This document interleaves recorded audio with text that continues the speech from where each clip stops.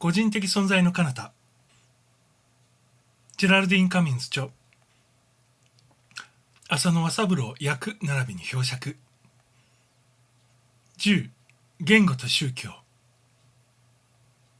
自然霊の世界にありて思想を伝達するにはコアネと同時に色を用いる。中んつく思想伝達の主要なる媒体は色であって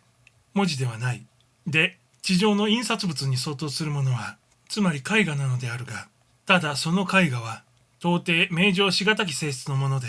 ここに小説の限りでない。それは地上の厳格なる意味における絵画と異なり、それからそれへとけじめも分かず溶け合い、また組み合っている一種の絵画的表現法なのである。しかもそれには相当の耐久性があり、幾時代もの保存に耐えるから不思議である。無論そこには書物係の専門家もおり、何やら特殊の装置を施して太陽原子の消散を防ぐ方法を講ずる。そうした人たちはちょうど地上の図書館係に相当しているものと思えばよいであろう。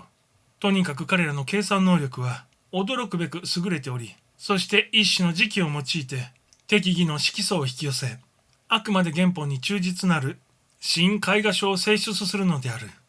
無論異常に変動性に富める世界の絵画であるから、年月の経過につれて多少の変化は免れないが、歴史も詩歌も、またその他の記録も、それが精神のこもれる作品であればあるほど、いつまでも原作者の意念を伝えて滅びないのである。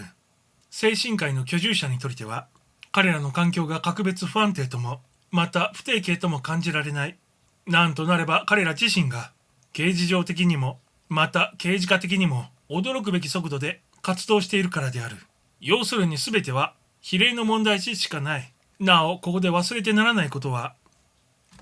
世界がいかに異なり、環境がいかに変わっても、宇宙引力の法則に何の相違もないことである。カルがゆえに、ソーラマンとして見れば、自分たちがそうした途方もなく、突飛な世界に住んでいるというような感じは、少しもないのである。で、基本的原則としては、ソーラマンの生活と人間のそれとの間に、類似の点が決して少なくない。例えばその生存期間中、ソーラマンの魂は決してその体躯を離れて活動することがない。それはちょうど人間の魂が生きている時にその肉体を離れないのと同様である。異なっているのは、ただソーラマンの体躯が間断なく変化を遂げ、人間の肉体のようにほとんど作り付けてないことである。ただし前にも述べたように、早いといい、また遅いといい、それはただ比例の問題で、ソーラマンの目から見れば、彼らは自分の体躯の変化を格別無常迅速であるとは考えない。ちょうど人間が自己の緩慢なる肉体の変化を格別遅いと思わぬのと同様であろう。自分は精神界の社会組織につき、また精神界の居住者の職務につきて詳しく述べるべき知識を持たない。ただ自分が格言しうるのは、彼らが地上の人類と同じく客観主観両用の生活を送りつつあることである。各種各様の善と悪との相当の結果、精神界にもやはり熾烈なる情念の発作があり、同様にそこでもまた宗教が生活の第一義的重要素となっている。精神界の居住者は神の子の存在を知り、これを自分たちの主催者と仰いでいる。ただし彼らは地上の人間とは比較にならぬほど豊富な想像と莫大な視野との持ち主であるから、人間のように深くは君臣上下の関係にこだわらない。入信した時の彼らは一路直ちに普遍の存在に気づいて、宇宙の創造的精神と妙合せんばかりになっている。が神秘の奥にはさらにまた神秘がある。いかに彼らが無常の歓喜に浸ろうとも、どう異なるかの問題であろう。自分の見るところによれば、両者の最も重要なる相違点は、宇宙的知識と宇宙的信念の紅白遺憾であると思う。後世の居住者たちは、すでに人間の第一階段を突破し、相対としての宇宙に尽きて、極めて外泊なる観念を持っている。つまり、地上の同胞に比べれば、比較にならぬほど精妙な心身の持ち主であるから、彼らはよく増加の機構の偉大性を未読する能力を有し、苦もなく隠れたる実在の動往に遡り、かくて彼らの信仰、彼らの知恵は人間のそれのように不純なる考察物をほとんど交えていないのである。ソーラマンの間にももちろん悪の要素は存在する。悪とは卑怯、不完全を意味し、思い違いを意味し、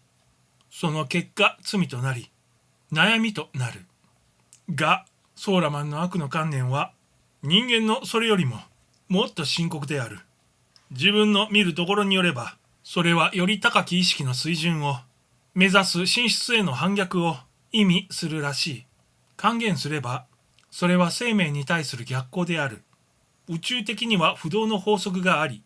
従って一歩一歩向上の道をたどるためには、全身全霊を打ち込みて、真と美との追求に当たらなければならない。これに反するものが取りも直さず悪なのである。もしも魂の思念の働きが不完全であれば、各自は必然的に過去に陥り、ために意識の低き階段へと引き下ろされる。いわゆる人類の堕落は、一人アダムのみの問題でない。現有領海を通じての一切万有の間に、今も依然として繰り返される問題である。すべての魂は自由選択の機能を持っている。で、もし各自がその想像力と信念とに欠陥があれば、かは向上前進の希望を失い、現在の極限されたる生涯に満足していることになるであろう。すべて低き世界ほど、その生活は不自由であり、孤立的なのである。格のごとくにして、ソーラマンの中の相当多数は、後世界の生涯を終わった後で、一時的の逆戻りをするのである。これはその生活中に、何らかの大自然法則の違反を行いたる結果、その互える内的自我の均衡を取り戻すべく、交代を余儀なくせられるのである。それらの一部は、確かに地上界の付近にとどまり、影から人類その他の監視に当たっているようである。中にはまた第4回色彩界にとどまり、宇宙生活にこらおるだけの威力の要請に努めるものもある。が、彼らの大部分はいずれも向上前進の道路をたどり、地上人のいわゆる死の過程を経過した後、類魂生活の中に入り、もって宇宙の内面機構に預かるべき大直感能力の獲得に努める。その理想的境地こそ、取りも直さず意識の第六階段、光明界なのである。この大準備期につきては、到底これを一言に述べ尽くすことはできない。なんとなれば、意識の第五階段にとどまる間に、経験せねばならぬ事物は、実に千種万様、ほとんど筆舌の尽くすところがないからである。その詳しい説明は、しばらくこれを他実に譲り、ただここで一言したいと思うのは、それらのソーラマンの多数が、一度太陽のような自然体における生活を終わった後で、さらに他の種類の構成界における経験を獲得せんとすることである。思うに彼らは過去の構成生活の経験があまりにも身に染みて嬉しく、さらにもっと深刻なる楽しみを未読せんことを願うのでもあろう。そうした魂が新たに選べる構成の生活は、しばしば前の構成の生活とは本質的にひどく相違しており、従って彼らは通例多くの新知識に接することになる。例えば太陽のように延々と燃える天体と、視界のごとく冷え切った恒星とでは、いかに何でも大いに勝手が違うのである。ここに彼らが一度の経験で満足せぬ理由があるのである。思うに両者の相違は、幾分地上の人たちが遭遇する夜と昼との相違に該当しているでもあろう。表尺、高級の霊界人の使用する通信機関が文字または言語でなくして一種の絵画であるということは、他の有力な霊界通信の押し得るところでもある。私自身もおそらくそんなことであろうと想像している。それが精神のこもれる作品であればあるほど、いつまでも原作者の意念を伝えて滅びないは確かに資源であると思う。次に自然霊たちにとりて、無常迅速なる構成の生活が別に目まぐるしいとも、また不安定とも考えられないとあるが、これも当然すぎるほど当然のことかと思考される。思うに大自然の根本原則はいずれの世界においても同一であり、ただ振動数の移管によりて大小、光下、地速、軽重など千種万様の生活の変わり模様ができるだけのことであろう。その点においてマイヤースの説くところは極めて合理的、常識的であり、何人にも趣向しうることばかりである。神秘を神秘として玉手箱に取り扱わんとする古代の教示に比して、まさに格段の進歩と言ってよかろう。マイアスが神の子の実在を説いているのも誠に愉快である。これにつきての彼の説明はすこぶる概念的で、その神の子が何であるかはよくわからないが、我々日本民族はこれを日本古典の記録と対照することによりて、そこに多大の暗示を監督せぬわけにはいかぬ。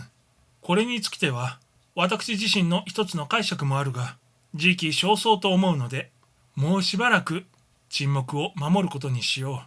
う。宇宙意識に富める自然霊の宗教と物質的観念にとらわれている人間のそれとの間に多大の見覚があるべきは言うまでもない話だが、マイアスが両者の区別を宇宙的知識と宇宙的信念の紅白先進遺憾にあるとカッパしているのは確かに正当である。人間の口にする宇宙はしばしば歪曲された特殊部落式のものでしかない。したがって人間の唱える宗教並びに宗教心にはまだまだ大いに形成造法の必要がある。その点においてマイアスの通信は確かに多くの示唆に富んでいる。仏教をもってキリスト教をもってまた神道をもって一つの完成品と心得、過去を謳歌することを知りて、向上前進の何者たるかを知らざる者はこの際大いに反省熟慮してほしいと思う。これを要するにマイアスがここに説くところは、鉄頭鉄尾暗示的の価値で持ちきっている。地上生活中の人間には到底十分に負に落ちかぬることばかりであるが、しかし一読の後、心の底に何者かが力強く残るのは誠に不思議である。本物と偽物との相違はおそらくそうしたところに損するのであろう。